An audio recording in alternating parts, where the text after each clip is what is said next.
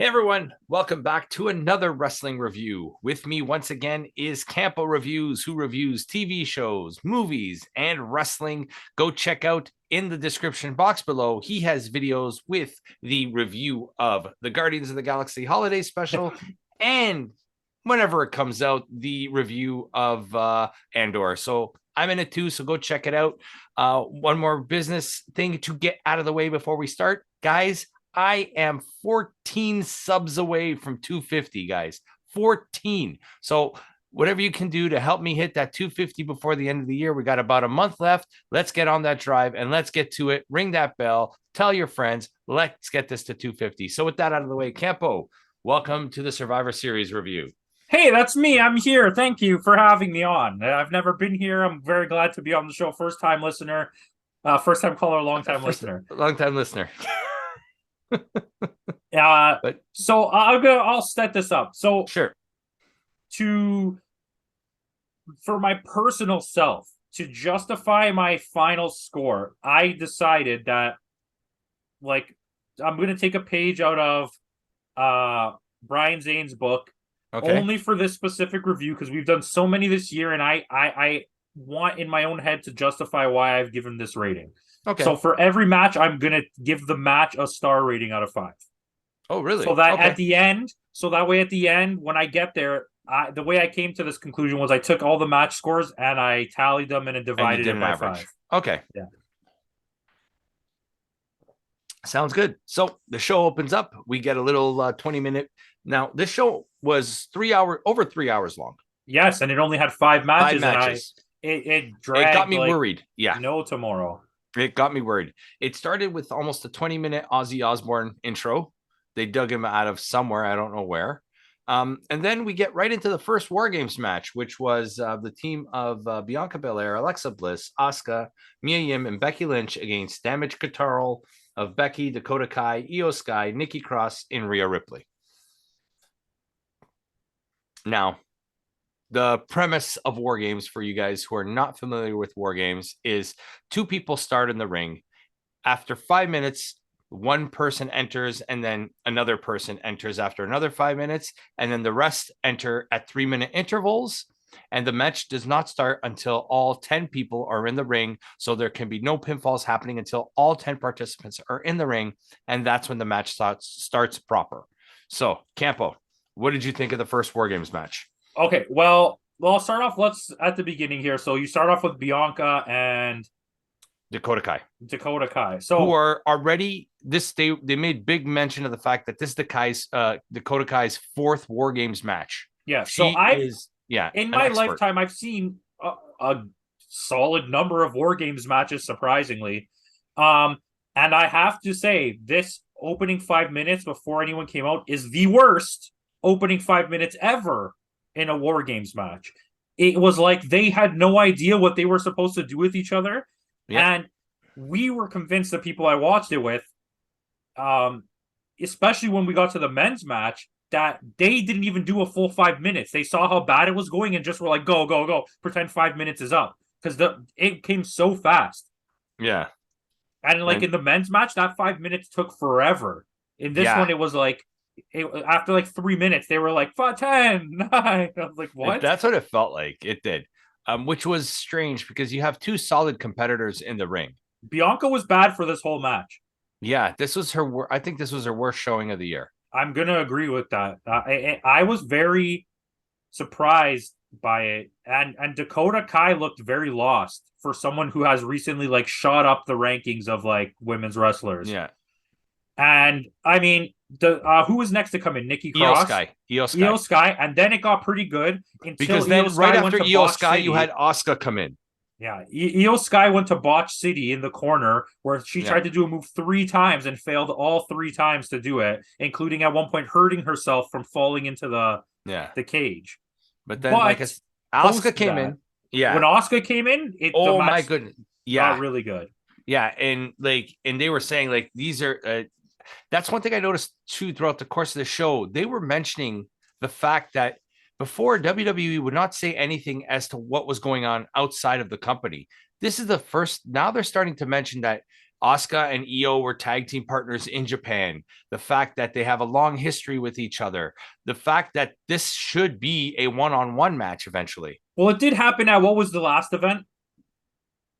The I can't even remember now. The Crown Jewel, and they Crown mentioned the Jewel, Bullet yeah. Club. Yeah. Which will come up after. But yeah. So this part of the match got good.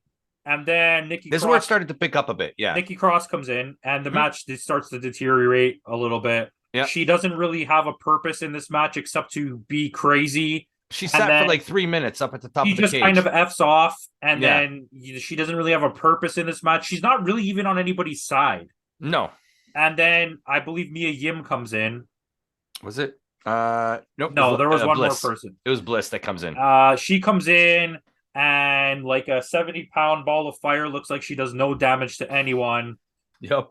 And then I was like, okay, she did end up having a couple of good actual spots, but yeah, like I'm really, as a person that was a really big Alexa Bliss fan, I can't be on that wagon anymore. No, she's Liv Morganing me, and not when there's so much better talent out there right now too. Yeah, well, she's got to be segued out of this to go do the other thing. I really believe that shit has to happen. That's going to happen. So then, who came in next? Then it was Bayley. Okay, Bayley came in and it got good. The use of there was already weapons in at this point, but the use of the weapons, the ladders. Yeah, the use of the weapons here got a lot better. Yeah. And okay, so like not this entire match as a whole was enjoyable, but it had a lot of lows, and it started off really bad and it picked up towards the end. It does pick up, but I still don't. I'm not going to go too far. Mia Yim comes in, lights everybody up. I was very happy. Then Rhea Ripley comes in, lights everybody up. I was very happy. And then Becky Lynch comes in and was like forcefully beat up everyone, but it didn't look great. No, I don't think Becky is completely off her injury just yet, and I think that's why she was the last participant in the ring. Just like Bayley doesn't want to mess up her knee too much, so she was one of the later entries. But then we had a trifecta of nonsense where they tried to do a spot, it didn't work, so they have readjusted from that. Okay, so first of all, when 8 women were in the ring, they tried to do a 4-post suplex where for some reason Bianca just went. And nobody was even ready. And nobody did anything, and they all just kind of like. Then they did. Down. The second one went, and then we're like, okay, they're going one by one, and then the last 2 went at the same time, and you didn't even see the one of them happen. Yeah. But then they tried to do like a tower spot from the corner. It didn't work out. They just canceled it. Then there was a moment where Bianca tried to do something to a move on Bayley, but dropped Bayley on her head. And actually hurt her. You knew it was bad because the ref ran over right away and tried to squeeze his earpiece on. Yeah, and he squeezed her hand to make sure she was okay. And then right after that, Bianca does a spot where her ankle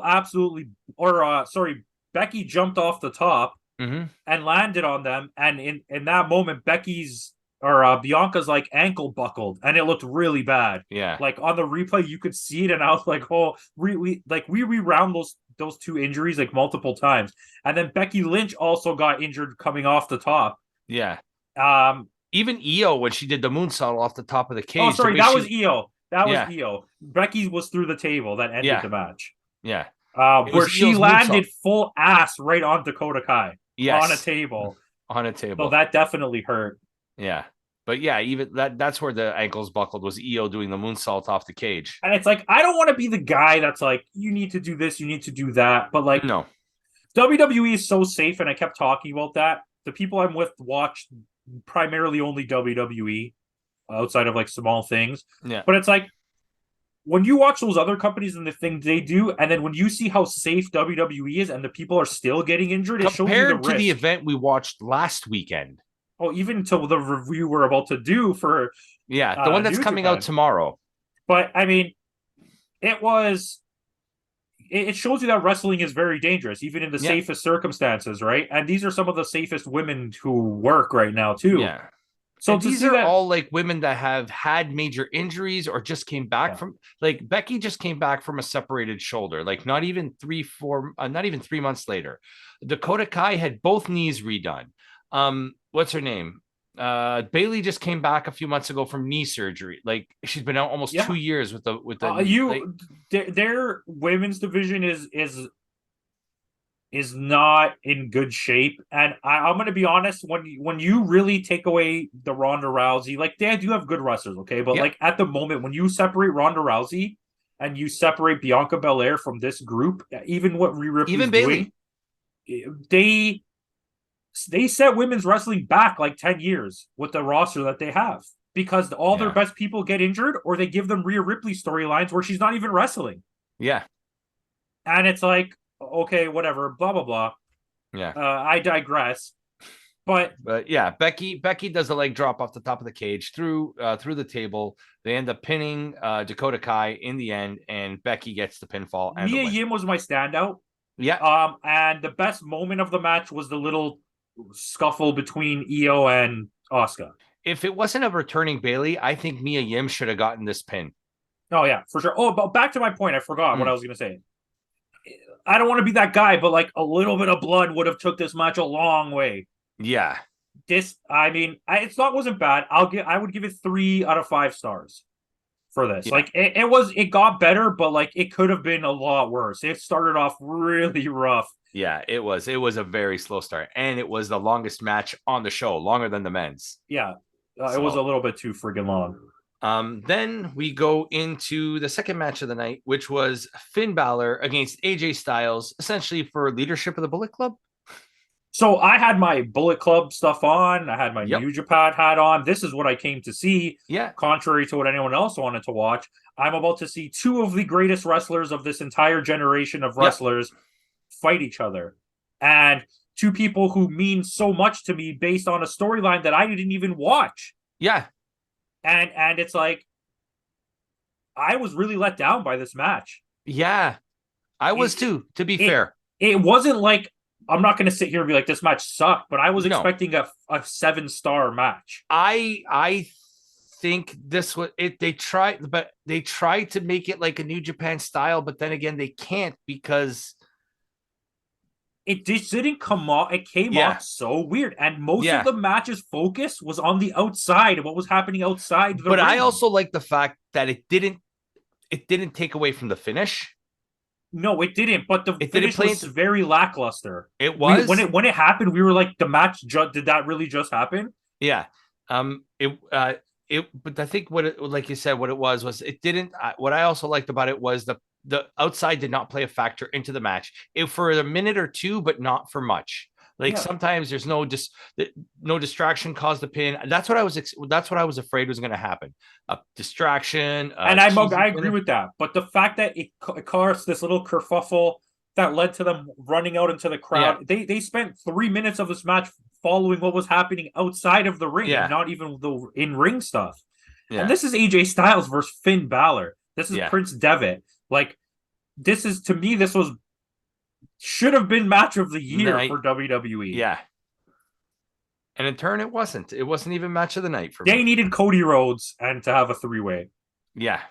Yeah, that would have been something. But, if somehow in the world we could have Finn Balor, AJ Styles, Cody Rhodes, Kenny Omega, and Jay White all in like all the leaders of the team, you could throw in Tonga in there because he's been there since the beginning too, if you really want, and have a 6-man like battle royale and just let them beat the crap out of each other. That's my dream. This is what I dream about. As what's his name as the special enforcer there, Bad Luck Fale.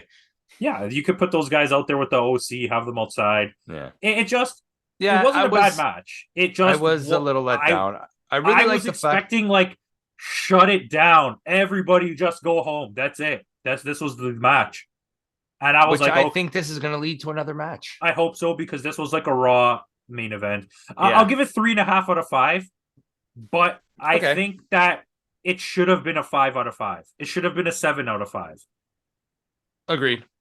For me, the fact that AJ wins, it's kind of weird because usually when the babyface wins, that's it. That's the end of the feud. And it was such a lackluster ending. There was a bunch of small setups to like finishers where all of a sudden tried to do the Styles Clash on AJ. Yeah. And then he just jumped over the ropes and the match was over. And the match was over, yeah. So, but anyway, Moving on, our next match of the night, which was, to me, I did not enjoy this match. This was my worst. Here, match you want my star rating right now? Zero? It's 2. I would go 0, but there was Ronda Rousey on her own was too good here. I'm going to give it 4 or 2 stars out of 5. As much as I love Shotzi, I love you, but she did not.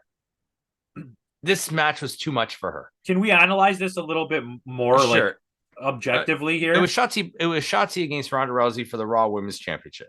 So this is my thing. Shotzi came in the women's ladder match. I was trying to remember the whole time because I was talking with my buddy because like he watches WWE, so he knows this stuff. Yeah. And Shotzi went into the women's ladder match, botched the hell out of it. What happened? She got relegated back to NXT, where they're like, you need to figure it out.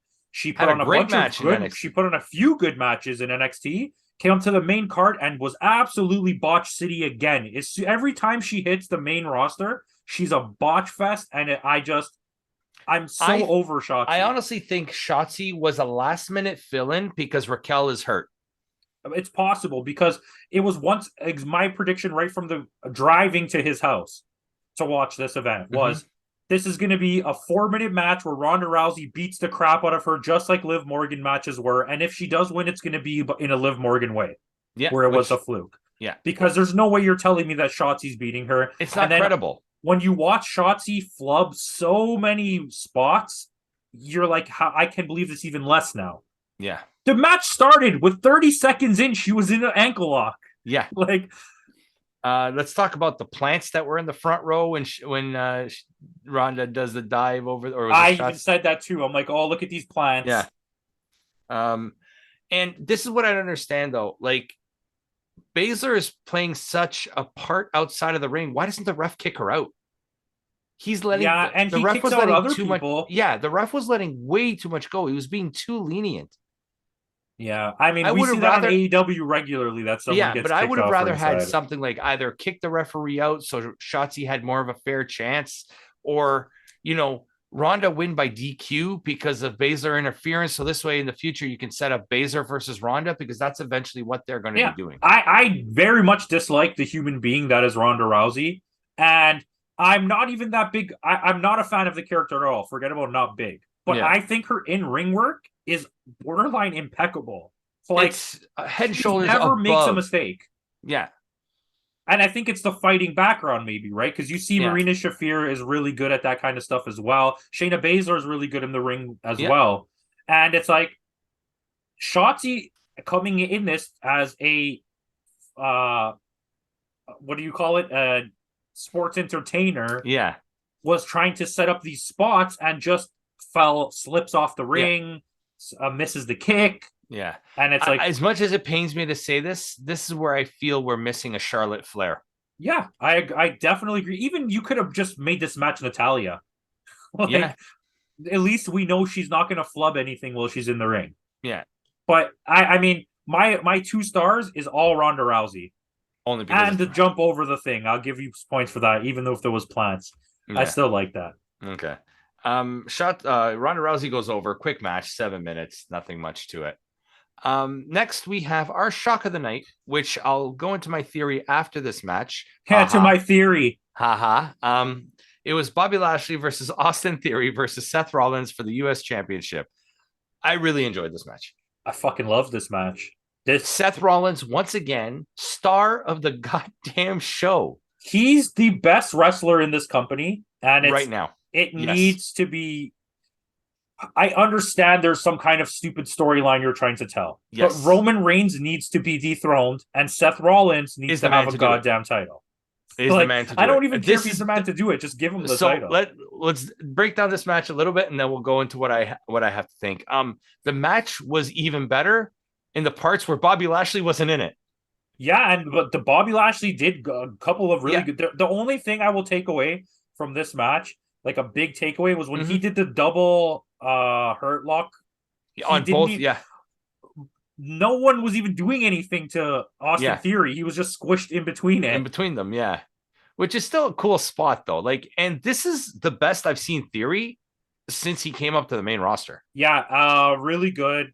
He hit everything. It shows that talent. This is what I was talking about a few pay-per-views back. He has that raw talent. He just needs to develop it a little bit better. And I think He goes over in this match. He pins Seth Rollins after Bobby Lashley spears. They got me too. So I called this right away. When he threw Seth Rollins out of the ring, I was like, this is it. He's going to do a finisher on Bobby Lashley and he's going to win. And when they didn't do it there and they spun it to make it look like Rollins was going to win and then reverse it, you got me there. Yeah, and I loved it. It was good booking. Like, watching, it was fantastic. The faces in the crowd was like what sold me on this match, which I'll get to stuff about adding to this pay-per-view later, but the gimmick, like, at least now they're away from that. I take selfies. They got away from that gimmick and it's back to basics with Theory. And I think this now could be that proper US Championship run that Theory can have. I see. And this is another thing too. Even if it's not, you've now established, I know we love to say this, but you've now established a Wikipedia where he looks like he belongs. Yeah. Rather than just force feeding him like titles or like pushing him up the roster. Now you look at it, you're like, oh, 2 US Championship wins, Money in the Bank win. He looks like, oh shit, this guy might actually be good. Be a star, You can immediately take it off. He's been pushed better this last month than that whole Theory was going to suffer from that whole Roman Reigns, John Cena. He's just being Vince forces him down our throats until we like him. And this, like I said, force that. You can go on a long run here with him and make him look good and keep him in the mid card where that he's good right now. But now he has look, you can now you have stories with Ali, Mustafa Ali. You can have a rematch with Seth Rollins. You can have a whole run with him and Johnny Gargano now. Yeah, like I said, you can go long with him, and then all this did was add a little notch to Seth Rollins' Wikipedia, or you go short with him and he doesn't lose anything by having a short run with this belt. I mean, mind you, the long run makes more sense, but if you just took it off him again right away, it doesn't make Austin Theory look bad. No, this match is a 4.5 stars out of 5, baby. It was a fantastic match. I'll say it right here. This was my match of the night. This is my match of the night. Match of the night. And we already know which is the worst match of the night. The one before this. Got this out of the way real quick. WWE has a tendency to do that, eh? They always have the worst match on right before the best match. And you know what? Maybe they do that on purpose to make it look so bad that the next match just looks amazing. I had to message you guys in the group chat because I was so frustrated. I felt like I needed to vent because I was there at my buddy's house just getting everybody pissed off because I kept saying 5 matches. There's only 5 matches. Yeah. How is there only 5 matches on this card? And it went like 17 hours. But yeah, because there were 30-minute vignettes between everything. It got really bad.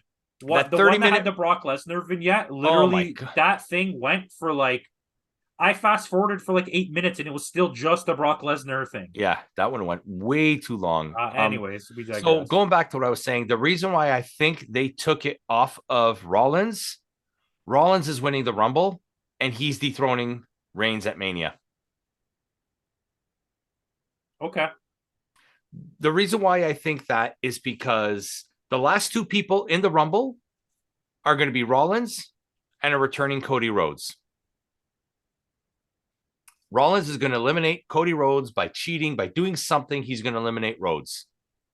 Rollins will go on, beat Reigns at Mania, and then after Mania, you have a whole long-term setup with Cody Rhodes. Maybe he goes on, wins Money in the Bank, cashes in, beats Rollins for the title, and Rhodes at least now can have a nice long reign as champion.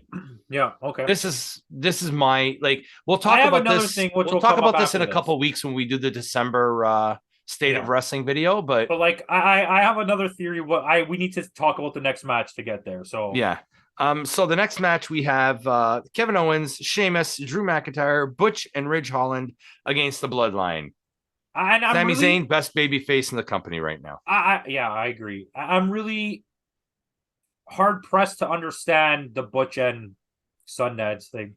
The Butch and Sundance kid, yeah. I don't want to see any more of him. It's the goddamn legs.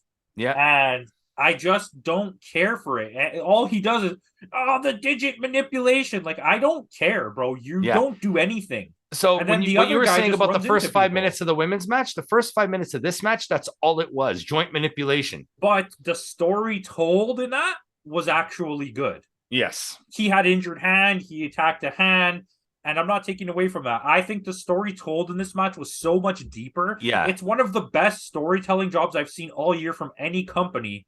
in a But this match. I think this had more stakes attached to it because we've seen Bianca and Bailey how many times? We've seen Bliss and Asuka versus Damage Control. How many times? Like, it's been going on since SummerSlam. Kevin So Owens that deserves to cage. be in this picture. Sorry. Kevin Owens deserves to Oh be yeah. in the main event picture, which this is that. Sami Zayn deserves to be in the main event picture. This is that. Yeah. For me, like I said, I don't really Butch Cassidy and the Sundance Kid. I don't care about them. Fridge Holland. Fridge Holland. I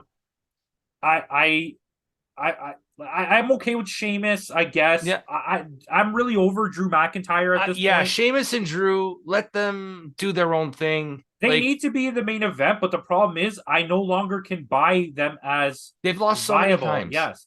There's no viability left in their product. And Solo Sikoa, that's it, right? Mhm. Doesn't belong here either. No. Not even a little bit. And He's nowhere near at the talent level where his brothers and his cousin are. Yeah, I agree. Or Jacob Fatu. Yeah. Make a difference. But yeah, so the story told here was really good. Yeah, it was I don't know if we need to go through the individual No, we don't. We don't need to. I mean, we do have, like, Owens goes nuts with the chairs, that kind of thing. Yeah. And what I loved about this is they kept Sammy and KO apart from each other for the whole match almost. Yeah. And which is really building to something here. When I don't really care that I called it, but I kind of did, and I really liked the spot where Roman shut down everyone. Yep. And then Kevin Owens got up and was just like stunner. Destroying. And then you thought Roman Reigns was going to take him out, and he didn't. And he dropped a stunner on him. And then everybody was dead. And it was like, what's going to happen? And Kevin Owens pretty much had that match won. Well, that made him seem like a legit person who can win this title. Yeah. And that's when Sammy jumped in and grabbed the ref's arm to prevent that 3 count. And that's what led to the whole Sammy versus KO, like what are you doing? Blah, blah, blah. Like, and you could see like Sammy's face in this whole match, like the anguish, he's being torn apart by his best friend and his But this is what those two have always done well. They're like the definition of good wrestlers in every sense of the word. Yeah. And Canadian, obviously. Yep. And that it just played into this. And then the storyline where it tied up with Jay at the end and the hugging. So, but here's my thing. So, by the way, the Usos go over. Yeah. The whatever they're called. The what is it? Sammy gives the haluva kick to Kevin Owens, throws him on the ground, and says to Jey Uso, the one he's having all the arguments with, he's all yours. Take him out. And he does the frog splash and pins Kevin Owens. And this is where I think this is going. Sorry. Yeah. It's the goddamn light. It's the light. Anyways, so I have 2 theories here, and you can tell me what you think. Sure. Number 1 is that this is all a BS, and he's playing they're gonna keep playing this up, and then on one Raw it's gonna happen, or SmackDown, and they're just gonna beat the shit out of Sammy. And they are just allowing him to believe that he belongs now because they're leading up. They're trying He's a joke. He's a joke. They're trying to lure Kevin Owens in or something, okay? Yeah. Or in the end of this, everyone's gonna turn on Jay, and Jay is going to face Roman for a title. Okay. That way that's a segue to take the titles off of the Usos as well, because they'll be forced to put up both titles, and then you can have a double tournament in both companies for the titles. Because apparently there's a rumor going around that they want to have Jay as a solo wrestler.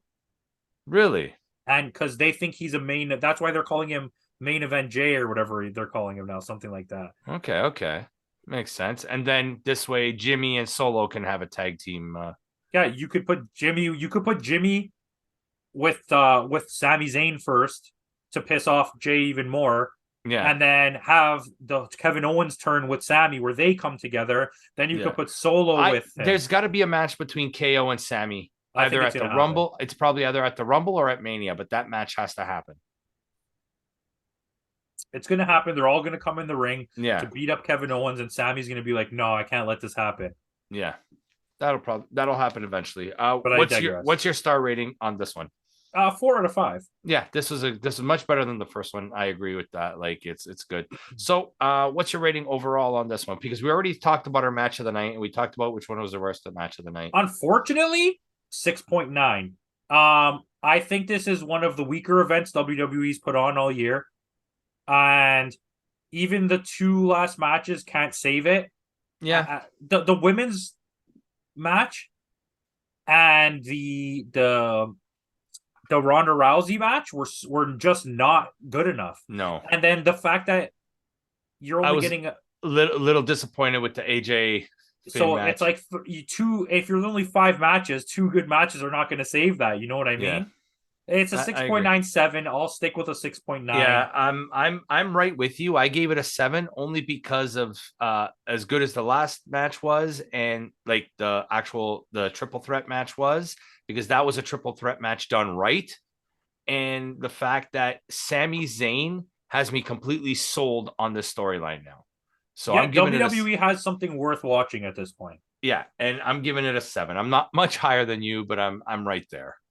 But like to add to like some of the, I didn't really dock huge points for these things, but this was not a wrestling crowd, even by WWE standards. No one chanted that was awesome. No one chanted like anything. They were all just like cheering or booing. There was no like in between. They weren't yelling anybody's names barely. There was only one point where you hear the crowd chant. I forgot who it was directed to, but they were chanting, "You're an asshole." Yeah, no, I think that somebody probably got kicked out. Yeah. That's so just Boston. That, and then the announce team was really bad today. There was no Wade Barrett, was there? No, I thought they were really weak. They didn't tell us any worthwhile information. However, in the AJ Styles match, they loopholed it so hard because they said Bullet Club one time and then every other time just kept calling it the club. Yeah. And then it led to me being like, this is kind of a cop-out. Like, as much as I'm enjoying it and I'm getting the Leonardo DiCaprio finger point meme going, you're kind of just like luring the worldwide wrestling fans in, but then like we don't really care. Then you cock block them. Yeah. So I was like, Well, I mean, there is some leniency going on there because they're allowing Carl to go to Wrestle Kingdom. Well, yeah, I think they did steal him from a company while he was champion. Yeah. And he's going to put somebody over. Yeah. So that's but we'll see. There's maybe the working relationship between WWE and New Japan is better than we think it is. I would just like to see, if you're not going to work with the American companies, have good rapport with all of the international ones. Yeah. Because I do want to see some kind of expansion, or have one event where when you do go to Europe, you have like Will Ospreay or like someone European shows up for a match. Zack Sabre or somebody. Yeah. But yeah, I'd go with that. I'm right. Like I said, I'm right there with you. It's a 7. Go out of your way to watch that Seth Rollins. Seth Rollins, once again, man, that guy, he is something else, and he needs to be pushed up the card much higher than what he is right now. Dude needs to have a title run so he can make friggin' top 3 on on next year's, because this year he wasn't even on the list of the top 10. So with that out of the way, guys, thanks again for joining us. We'll see you tomorrow with our review of a much better show. Find out our score on Historic Crossover, the New Japan Stardom crossover event show. Worlds colliding once again on tomorrow's show. So with that out of the way, thanks again for joining us. We'll see you tomorrow.